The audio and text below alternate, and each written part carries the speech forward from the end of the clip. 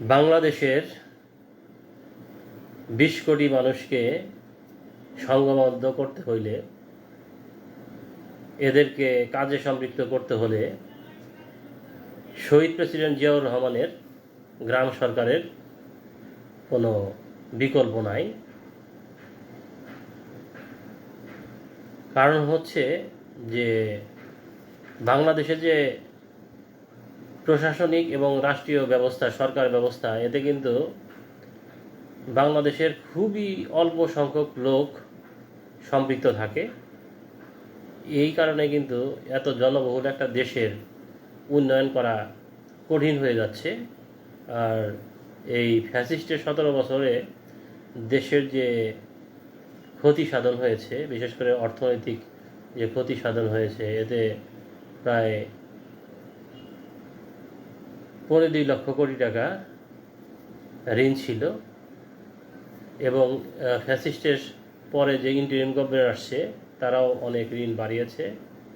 এরপরে বর্তমান সরকারও 42 দিনের মাথায় কিন্তু প্রায় 41,000 কোটি টাকা ঋণ নিয়েছে। তো এখন এগুলো সমাধান করতে গেলে কিন্তু গ্রাম সরকার করা খুবই জরুরি। বাংলাদেশ সরকারের যে সমস্ত অধিদপ্তরগুলো আছে, বিশেষ করে স্বাস্থ্য খাত, প্রাণী সম্পদ, এরপরে হচ্ছে ইঞ্জিনিয়ারিং খাত, বিজ্ঞান প্রযুক্তি খাত, সব যতগুলো ডিপার্টমেন্ট আছে, এগুলো কিন্তু জনগণের সেবাদানের লক্ষ্যেই এই সমস্ত অধিদপ্তরগুলো গঠিত হয়েছে। এই জনগণকে সম্পৃক্ত করতে পারলে কিন্তু অনেক লাভ হবে। যেমন সরকারের যদি কোনো প্রকল্প নেওয়ার দরকার হয়, তখন সরকারের বিভিন্ন অধিদপ্তর আছে, এরা নেয়, কিন্তু বাস্তবায়নের ক্ষেত্রে দেখা যায় যে এখানে প্রচুর কাজ সময় মতো উঠাতে পারে না, দুর্নীতি হয়।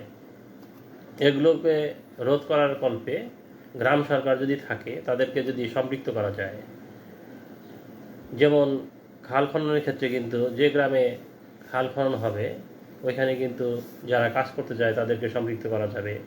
আর এই গ্রামের যে সংগঠনটা থাকবে, তারা একটা স্বাধীন সংগঠন থাকবে, স্বায়ত্তশাসিত সংগঠন থাকবে, তাদের অর্থনীতি তারা আস্তে আস্তে ডেভেলপ করতে পারবে। এরকম দেশের যতগুলো অধিদপ্তর ডিপার্টমেন্ট আছে, তারা যদি এদেরকে দিয়ে কাজ করিয়ে নেয়, তাহলে কিন্তু তাদের ক্যাপাসিটি ডেভেলপ হবে। ক্যাপাসিটি ডেভেলপ হলে কিন্তু বাংলাদেশের যেমন কর্মসংস্থানের জন্যে দেশে এবং বিদেশে দুই দিকেই সার্চ করতে হবে। তারা যদি স্কিল হয়, এদেরকে দেশের বাহিরে পাঠিয়ে দিলে কিন্তু তারা প্রচুর বৈদেশিক মুদ্রা অর্জন করতে পারবে। তো গভর্নমেন্টকে এইদিকে নজর দিতে হবে। যদি নজর না দেওয়া হয়, এই গ্রাম সরকার না করা হয়, তাহলে কিন্তু গতানুগতিকভাবেই চলতে থাকবে এবং দেশের সকল লোককে সম্পৃক্ত করা যাবে না। অতএব একমাত্র পন্থা হচ্ছে এই গ্রাম সরকার। গ্রাম সরকারের মাধ্যমে সরকার কিন্তু সারা দেশের মানুষকে সম্পৃক্ত করতে পারে। তাদের অর্থকে সরকারের যে বিভিন্ন কর্মকাণ্ড এবং প্রকল্প আছে, সেখানে তারা ইনভেস্ট করতে পারে এবং ইনভেস্ট করার পরে তারা লাভটা উঠিয়ে নিতে পারে। এবং যারা কায়িক শ্রমিক বা পরিশ্রম করতে চায়, তারা তাদের শ্রম এখানে ইনভেস্ট করতে পারে। বাংলাদেশে তো প্রচুর লোক বেকার আছে।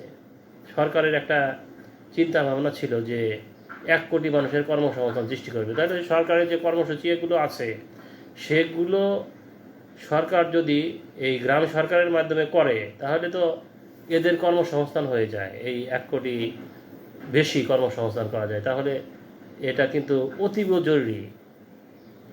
যে কর্মকাণ্ডই হোক না কেন, সেখানে কিন্তু এই লেবার দরকার হয়, শ্রমিক দরকার হয়, সেখানে অর্থের দরকার হয়। প্রত্যেকটা গ্রামে কিন্তু তারা এই জিনিসটা দিতে পারে। গ্রাম বলতে আমি বুঝিয়েছি যে সারা বাংলাদেশে, যেমন শহরে শহরে মহল্লা আছে, এখানে অর্থশালী লোক আছে, শিক্ষিত লোক আছে, অর্ধশিক্ষিত লোক আছে, বেকার আছে, ইঞ্জিনিয়ার, ডাক্তার, কৃষক, সব ধরনের লোক আছে। তো তাদেরকে যদি গভর্নমেন্ট সম্পৃক্ত করে, তাহলে তো এদের কর্মসংস্থান হয়ে গেল। গভর্নমেন্টের যে বিএনপির যে 31 দফা ছিল, সেই 31 দফা বাস্তবায়ন করার ক্ষেত্রেও কিন্তু এই গ্রাম সরকার করা খুবই জরুরি। কারণ আপনার এই অধিদপ্তরের মাধ্যমে কি হয়, কাজগুলোকে সরকার টেন্ডার করে, টেন্ডার করলে একটা নির্দিষ্ট বড় ছোট কন্ট্রাক্টর সেই কাজটা নেয়, তাদের একটা নিজস্ব ইনফ্রাস্ট্রাকচার আছে, এর মাধ্যমে তারা কাজ করে। এখানে কিন্তু সে অনেক বেশি লাভবান হয় বা হয়ে সে তার মতো চলে, কিন্তু এই যে 20 কোটি মানুষ তারা সম্পৃক্ত হতে পারে না। অতএব দেশের উন্নয়ন করতে গেলে কিন্তু এই গ্রাম সরকার করার দরকার আছে। প্রত্যেকটা অধিদপ্তর এর কর্মকাণ্ড যদি এই গ্রাম সরকারের মাধ্যমে পরিচালনা করা হয়, স্থানীয় সরকারের আসলে কাজ কি আমরা দেখি যে ইউনিয়ন পরিষদটা কিন্তু সঠিকভাবে ডেভেলপ করে নাই। কারণটা হচ্ছে কি যে এইখানে গ্রাম সরকার নাই, এটা সরকারের টপ লেভেল থেকে মন্ত্রণালয় থেকে কন্ট্রোল করা হয়। যেমন যে সমস্ত কর্মসূচি হয়, কাজের বিনিময়ে খাদ্য, এই কর্মসূচিগুলো ইউনিয়ন পরিষদ আসলে ওইভাবে বাস্তবায়ন করতে পারে না। কারণ হচ্ছে যে ইউনিয়ন পরিষদের ক্যাপাসিটিটা ডেভেলপ হয় নাই।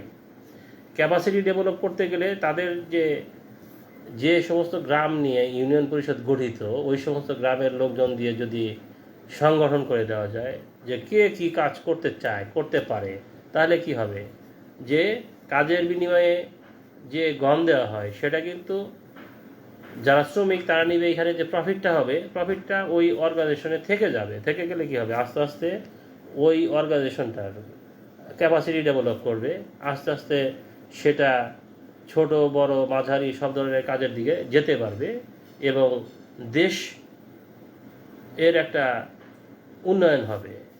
তো এইগুলো চিন্তা ভাবনা করতে হবে। তাছাড়া কিন্তু যে গতানুগতিক আওয়ামী লীগ যে ফ্যাসিস্ট ছিল, এরা এইভাবে কাজ করে, তারা অনেক বড় বড় প্রকল্প করেছে, কিন্তু দেশের মানুষকে সম্পৃক্ত করে নাই, এবং ইন্টারিম গভর্নমেন্টও তাই করেছে। এবং যেহেতু বিএনপির 31 দফার ভিতরে বলা আছে যে জনগণের অধিকার এইখানে প্রতিষ্ঠা করা হবে, জনগণের জন্যে 1 কোটি কর্মসংস্থান সৃষ্টি করতে হবে। এইখানে কিন্তু এই গ্রাম সরকার করলে 1 কোটি কেন, দেশের সবাইকে একটা কাজের ভিতরে নিয়ে আসা যাবে।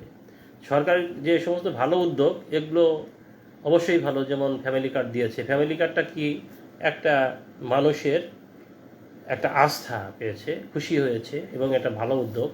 কিন্তু এই ফ্যামিলি কার্ড দিতে গেলে পরে তো যখন আমি 5 কোটি ফ্যামিলি কার্ড দিব, তখন তো প্রায় 1 থেকে 1.5 লক্ষ হাজার কোটি টাকা লাগবে। তা কৃষক কার্ড দিচ্ছি, এগুলোর পিছনেও টাকা লাগবে। তো টাকাটা কোত্থেকে আসবে? এগুলো করতে হইলে বাংলাদেশ সরকারকে প্রচুর প্রকল্প গ্রহণ করতে হবে। যেমন সরকারের প্রধানমন্ত্রীর দপ্তরের আন্ডারেই কিন্তু আছে পাবলিক প্রাইভেট পার্টনারশিপ। এই পাবলিক প্রাইভেট পার্টনারশিপের ব্যাপারে আমি আগেও বলেছি যে বড় বড় প্রকল্প নেন, কোনো সমস্যা নাই। আন্তর্জাতিক অনেক সংস্থা বসে আছে টাকা দেওয়ার জন্য, এই সমস্ত বড় বড় প্রকল্প করেন, দেশের যে জিডিপি বাড়বে এবং বাজেটও অনেক বড় করা যাবে। এবং সেই সাথে দেশের ক্যাপাসিটি বিল্ড আপ করার জন্যে যে সমস্ত ছোট প্রকল্প আছে, যেমন পৌরসভা লেভেলে গ্রোথ সেন্টারে, এগুলো গ্রাম সংগঠন হবে, তাদেরকে বলেন টাকা দিতে, তারা ইনভেস্ট করবে। ইনভেস্ট করলে এখানে একটা সংগঠন দাঁড়াইলে কিন্তু এখানে কর্মসংস্থান হচ্ছে।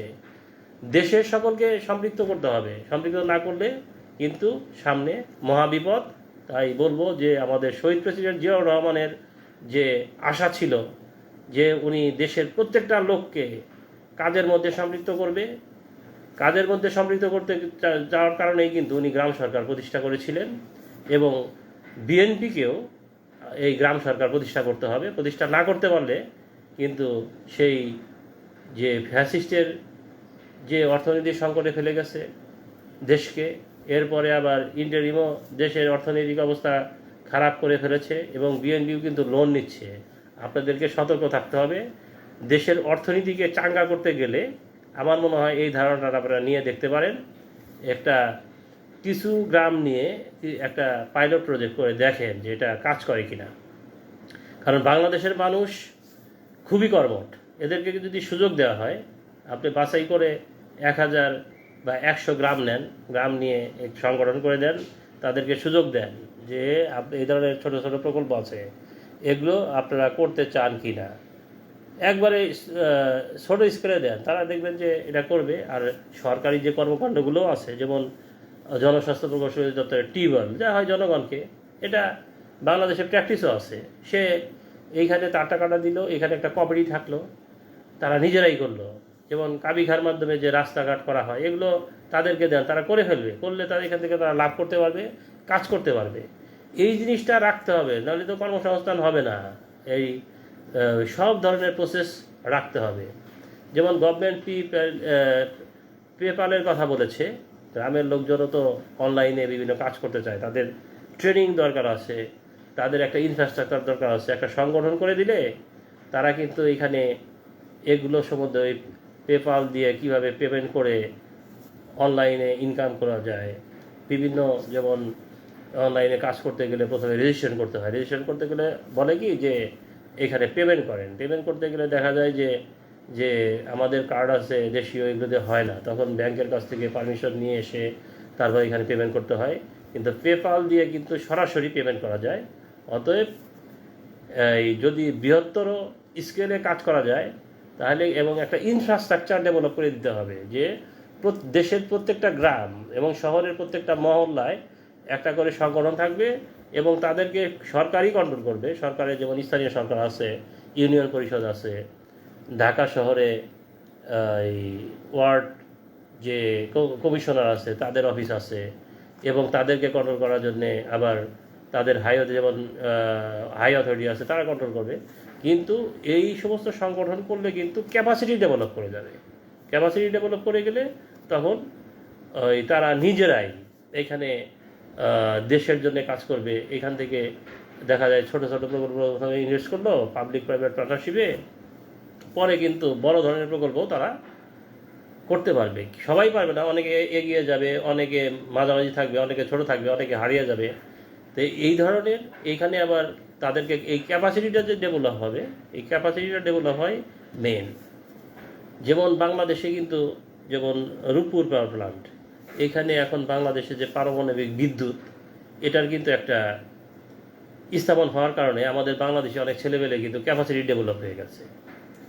ক্যাপাসিটি ডেভেলপ হওয়ার কারণে কি হয়েছে যে এখন তারা কিন্তু এটা অপারেশন মেনটেন্যান্স সামনে করবে, করার পরে দেখা যাবে যে বাংলাদেশ সরকার যদি আরও প্রকল্প নেয় তখন নিজেই নিতে পারবে। এটাই হচ্ছে একটা ক্যাপাসিটি বিল্ডিং। আর এই ক্যাপাসিটি বিল্ডিং করে দিলে, এটা শুধু একটা ওই ছোটো একটা কোম্পানির কথা বললাম সরকারের, এরকম বাংলাদেশে অনেক কোম্পানি আছে, সরকারি অনেক অধিদপ্তর আছে। এই সব কিছুর যে জ্ঞানটা, এই জ্ঞান দিয়ে ক্যাপাসিটি ডেভেলপ করে দিতে হবে। ক্যাপাসিটি ডেভেলপ হলে তারা দেশকে হেল্প করতে পারবে এবং সবার কর্মসংস্থান নিজেরাই সৃষ্টি করে ফেলতে পারবে।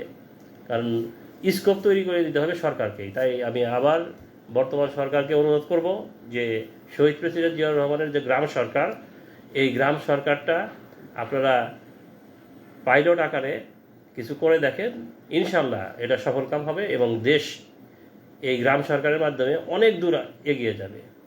তো ধন্যবাদ সবাইকে। আসসালামু আলাইকুম।